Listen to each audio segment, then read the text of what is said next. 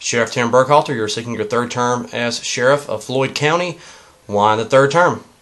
I've still got some things to do. Well, let's talk about your first two terms. First off, what are some of your most proud accomplishments?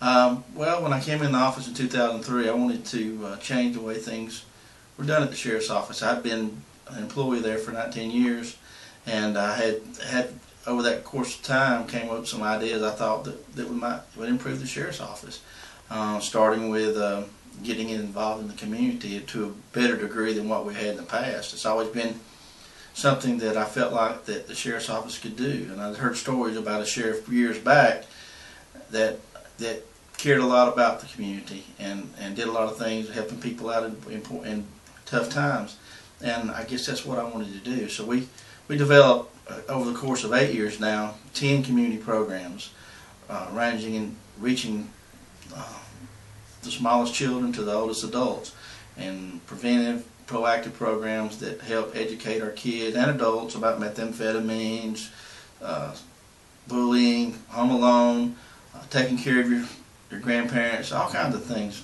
that shows that we're more than the Sheriff's Office is more than just taking people to jail, which most people don't really know what the Sheriff's Office does.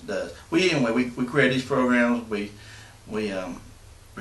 set out a budget for the last 8 years, and we've tried to improve the professionalism of the Sheriff's Office, and we managed to reach national accreditation last year, which put us in the top 3% of law enforcement in the country, which I'm very proud of. What can we expect if you're elected for a third term?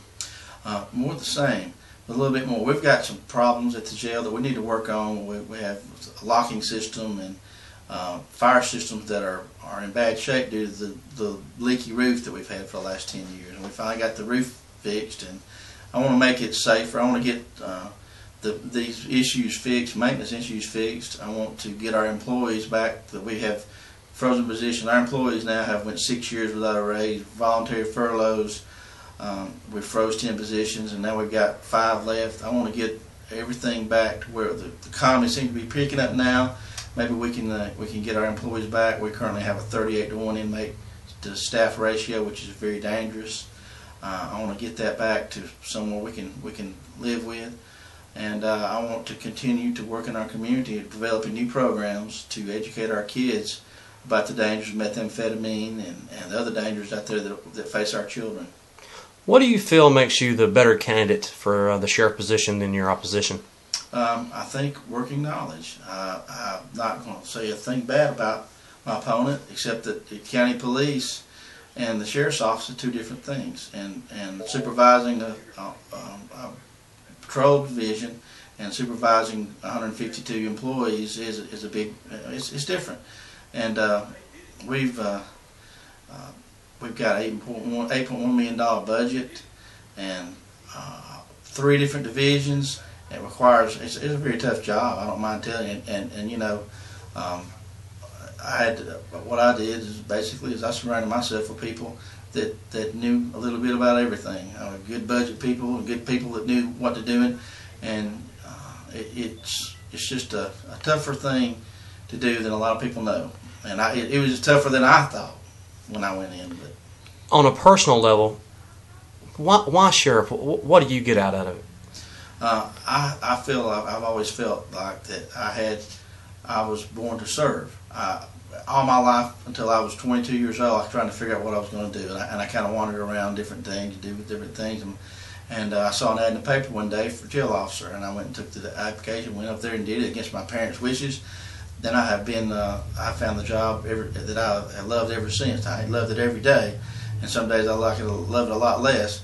But I feel like I found my place in life, and I love the service to the community, and I love the people that I work with. And it's just, I think it's something that you have to have a calling to do, just like you do basically in any public safety.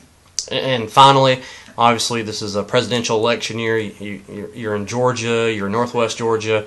You're running as a Democrat versus a Republican challenger. How do you feel that plays into the part of this election this year? I know it's going to play a part. I know that being a Democrat in a very Republican county plays a part. And you know, I've talked to a lot of my friends who are Republicans and say, hey, you need to get in while you can, or you know, it's just going.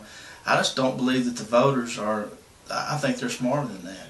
I think they know that as a sheriff in a local race, it doesn't matter. A letter in parentheses behind your name doesn't define the man. And I serve all. I serve the Democrats, the Republicans, the blacks, whites, women, men.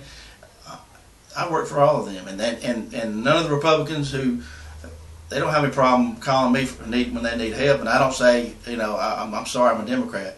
I can't come. We serve them all, and the letter in parentheses behind my name, it doesn't indicate how I feel about service. Well, thank you very much, Tim, and good luck in this election. Thank you very much.